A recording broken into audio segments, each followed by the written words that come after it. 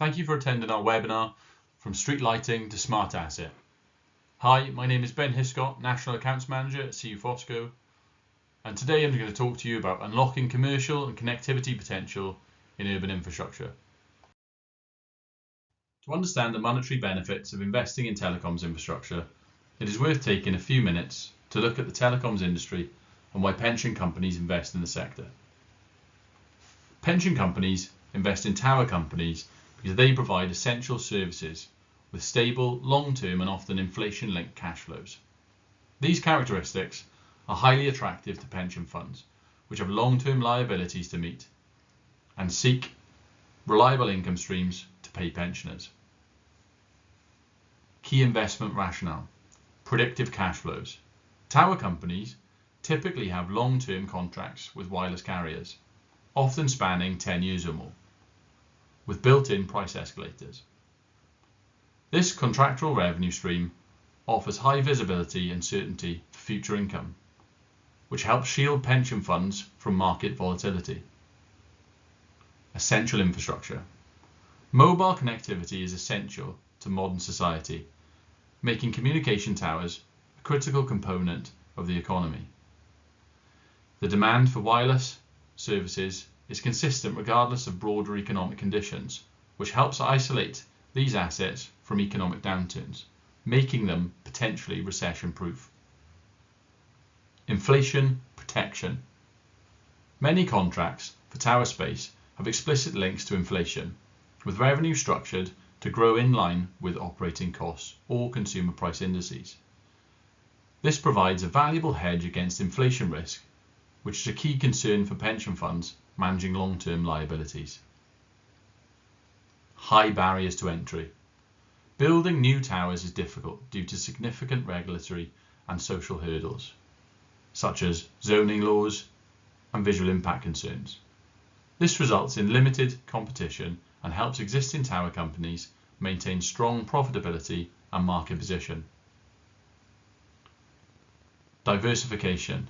Investing in unlisted infrastructure assets like tower companies helps pension funds diversify their portfolios beyond traditional stocks and bonds.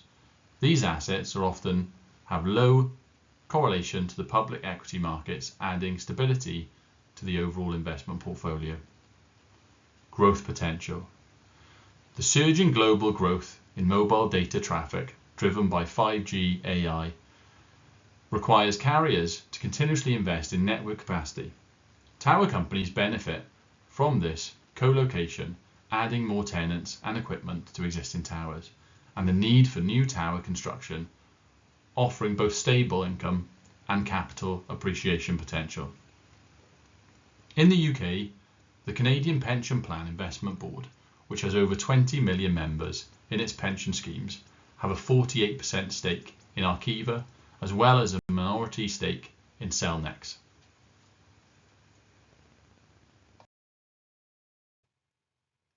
Whilst we've described the potential for revenue generation seen from the perspective of a pension company, local authorities can also reap the benefits of owning telecoms infrastructure and renting the space to mobile network operators.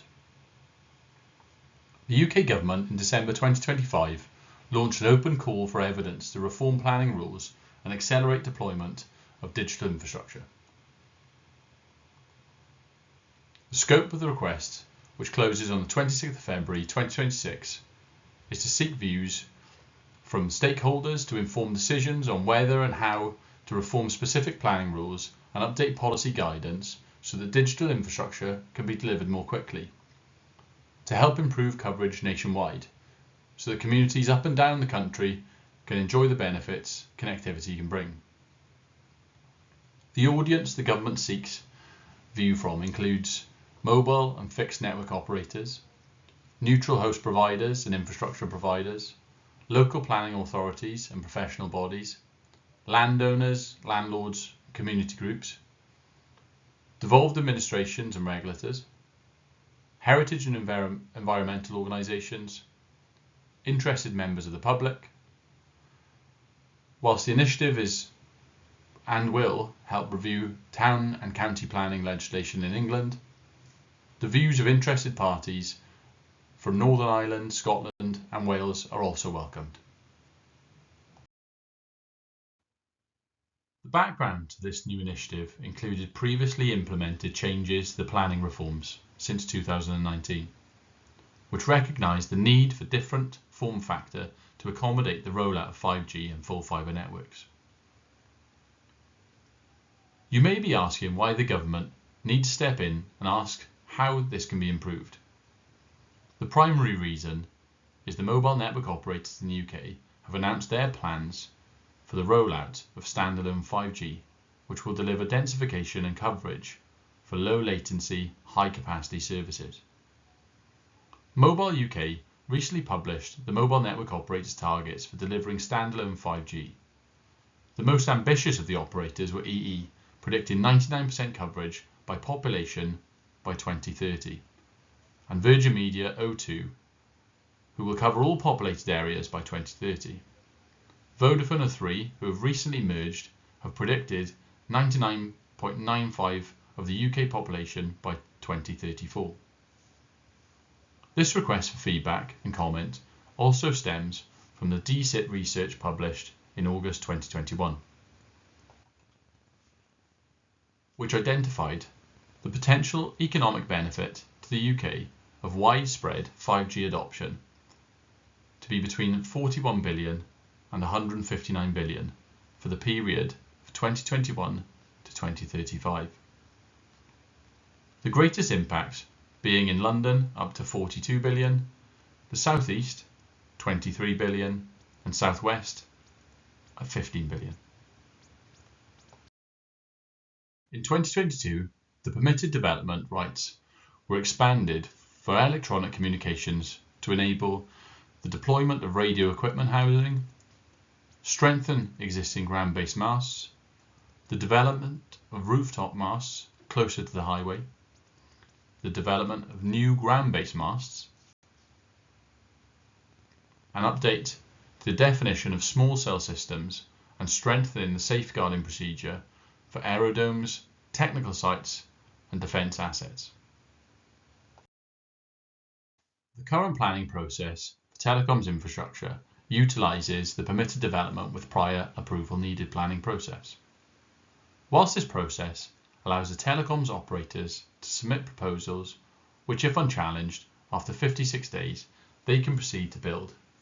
The process still very much dictated and determined at local council level, and these proposals can and regularly are refused for very minor reasons. Typically, planning permission is refused for the following reasons. Number 1. Visual and aesthetic impact. Loss of amenity or character. New masts and poles can be seen as intrusive, spoiling views, affecting landmarks or clashing with the local character, especially in residential areas or protective landscapes. Height and scale. Proposals that are too tall, large, for they're often rejected. Number 2. Location and setting. Protected areas. Development is restricted in sites of special scientific interest, listed buildings or monuments. Greenbelt. Proposals that can harm the openness of the greenbelt. Proximity to homes. Masts near homes often face strong local opposition. Number 3. Procedural and consultation issues. Permitted development frustration. Many smaller sites are under permitted development rights, requiring only prior approval on siting and appearance, not full permission, meaning less public input and more operator control, leading to protest. Poor consultation.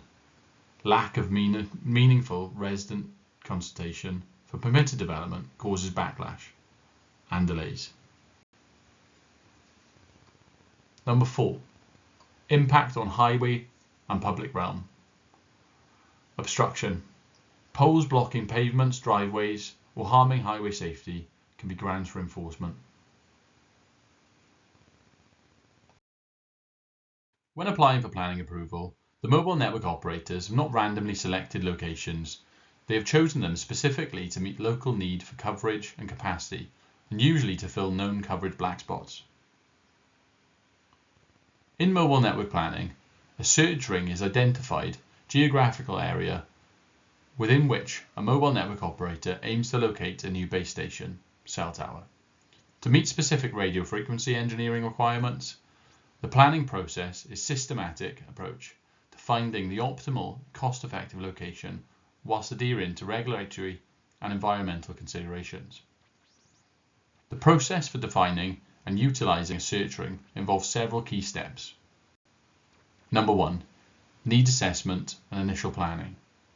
The process begins with a needs assessment to understand the coverage and capacity requirements for a specific area, considering user density and traffic predictions. Number 2. Coverage prediction. Network planners use radio propagation models, often incorporating GIS data on terrain and buildings to predict where signal coverage is needed or lacking. Number 3. Defining the search ring. A targeted geographic area, the search ring, is drawn on a map indicating the general vicinity where a new base station should be located to fill coverage gaps and add capacity. Number 4. Identifying candidate sites. Within the search ring, planners identify potential physical locations, candidate sites, that are technically feasible to meet the initial criteria, such as land availability, accessibility, power access. Number 5. Site selection and optimisation. The network operator evaluates all potential locations within the search ring to find the optimal site. This involves considering various factors, such as number 1. Topography and geography. The physical terrain and surrounding environment, such as buildings or dense forests, significantly impacts the signal propagation and are critical in defining and determining the final placement. Number 2. Population and demographics. The distribution of users in the area to be covered helps ensure the base station meets the demand for network capacity. Number 3. Regulatory and planning. Requirements. Compliance with the local government zoning audiences. The Mobile Network Base Station Development Code, an essential for obtaining necessary approval. Minimizing visual impact. Co-location. Number 4. Operators are encouraged to design facilities to minimize visual impact and co-locate their equipment on existing infrastructure wherever practical. Number 5. Electromagnetic energy, EME. All sites must comply with the safety limits for electromagnetic energy exposure set by the relevant authorities. Number 6. Physical access and infrastructure. The site needs access to roads, reliable electrical power, and existing telecommunications network connectivity. Number 6. Community consultation. For proposed installations that are not considered low-impact facilities, carriers must engage in the community consultation, allowing local communities and councils to provide input on the proposed activity. Number 7. Final approval and installation. Once an optimal location has been identified, all necessary approvals are secured from the relevant authorities and the community, and the base station is installed and integrated into the network.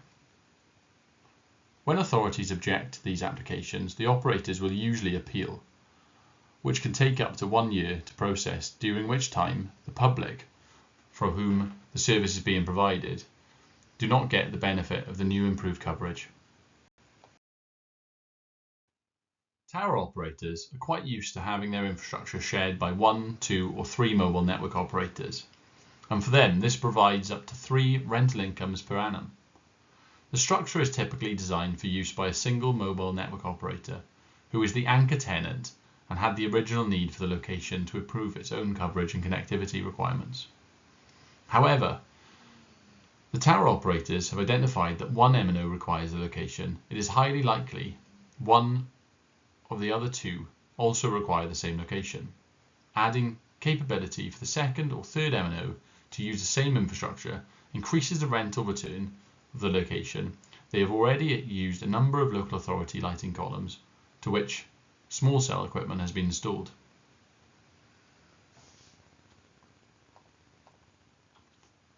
The use of street level infrastructure is not a new concept for mobile network operators, and they have been replacing street lighting columns with multifunctional poles since the advent of 2G. While some local authorities embraced the co-location of assets and took advantage of the revenue stream, others have firmly rejected the concept. The columns from the 2G era of the mid-1980s demonstrated the need for locations within the urban environment rather than relying on hilltop locations to provide the wide area coverage. The example shown here on the left demonstrates this well, and the more recent photo in the middle from 2025 shows a transformation to a larger streetwork site as the demand for connectivity has grown. And for those of you with sharp eyes, yes, that is still a SOX luminaire installed on the column. These urban locations were quickly replaced by the proliferation of rooftop sites, which have been seen across the UK. However, following the changes to the level of rents which could be charged by landlords being slashed during the 2017 reforms, landlords are now reluctant and in many cases unwilling to have infrastructure built on their rooftops when there are minimal rental incomes. This change in the approach has seen mobile network operators move to street lighting columns and attach small cells to them to provide urban connectivity. Whilst this works, capabilities are limited, particularly when mobile network operators need to deliver multiple frequency bands to provide connectivity. This has led to the adoption, once again, of the use of replacement lighting columns to deliver connectivity as seen in the right-hand photograph. Authorities already maintain over 7.5 million street lighting assets across the UK and continue to face funding cuts for essential services. To share these assets with mobile network operators or independent tower operators can provide a new recurring revenue stream for a local authority.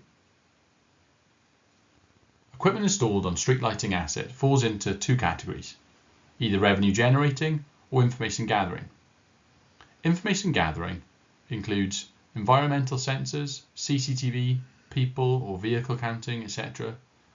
Revenue generating includes EV charging, small cell installations, and broadband, all of which have the potential to provide local authorities with revenue stream outside of the normal business rates or council tax collected by a local authority. The demand on local authorities to allow equipment to be installed on or in their existing street lighting assets is increasing rapidly. On-street EV chargers being one of the biggest users of existing street lighting assets to house their equipment and deliver charging in residential areas. In the high street environment, the use of the assets to accommodate small cells for 4G and 5G is far more prevalent. In the Greater London area, there are close to 28,000 on-street charging points, with a high proportion of these being lighting columns or bollard-based installation. The challenge facing local authorities is not the willingness to allow the additional equipment to be installed on the column, it's the structural integrity of the column and whether it has enough additional structural capacity to allow the additional equipment to be installed and still remain safe. For a local authority, the replacement of their existing columns with multifunctional poles ensures the structure is fit for purpose and that the overall asset count on the street does not increase, which overcomes one of the very common objections to new structures, obstruction. When replacing street lighting columns, the primary function of the street lighting is maintained and additional functions are added to what is already a very small footprint. These additional functions can include the development and deployment of radios for the mobile network operators or the incorporation of EV charging infrastructure.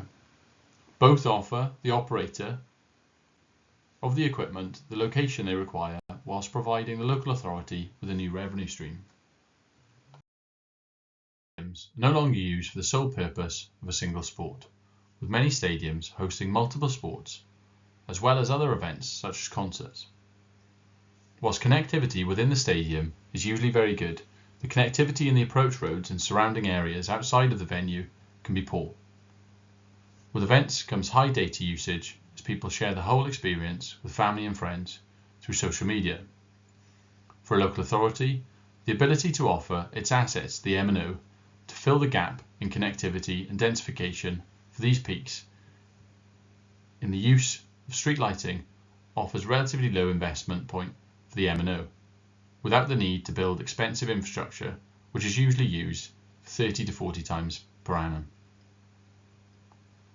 The mobile network operators want macro, multi-frequency sites, which are capable of delivering reasonably high-powered sites in the dense urban environment. Typical streetwork solutions involve multiple cabinets and structures cluttering the pavement in what can be a very high pedestrian footfall space, especially during events. Whilst a street lighting based solution offers the ability to have this equipment mounted vertically and minimise the footprint. The next slide shows a recent installation in Germany, in the city of Munich, for Oktoberfest. The city of Munich, working with Telefonica, identified 6 locations where combining street lighting assets with mobile communication and CCTV, they could enhance the coverage for the event, which in 2025 was attended by an estimated 6.5 million people. By replacing the lighting columns in 6 locations, they were able to provide coverage which delivered 41,000 gigabytes of data, as well as installing CCTV to monitor the crowds at the main entry points to the 100-acre site. Is North Ayrshire. The government DSIT Smart Infrastructure Pilot Programme saw North Ayrshire deliver 6 locations which are a combination of uses within and on a multifunctional pole. Forming part of the larger Great Harbour transformation for the waterfront, the Maritime Mile route from Irvine Station to Irvine Beach has combined the following elements on or in the poles: street lighting, CCTV, public and private Wi-Fi, long distance wireless backhaul, IoT movement sensors, noise sensors, environmental sensors, 4G and 5G small cells. They're also looking at incorporating EV charging points. Final example is in the city of Westminster. Westminster, working with Ontix, WSP and FM Conway, has delivered several multifunctional poles as part of the DSIT Smart Infrastructure Pilot Programme of funding.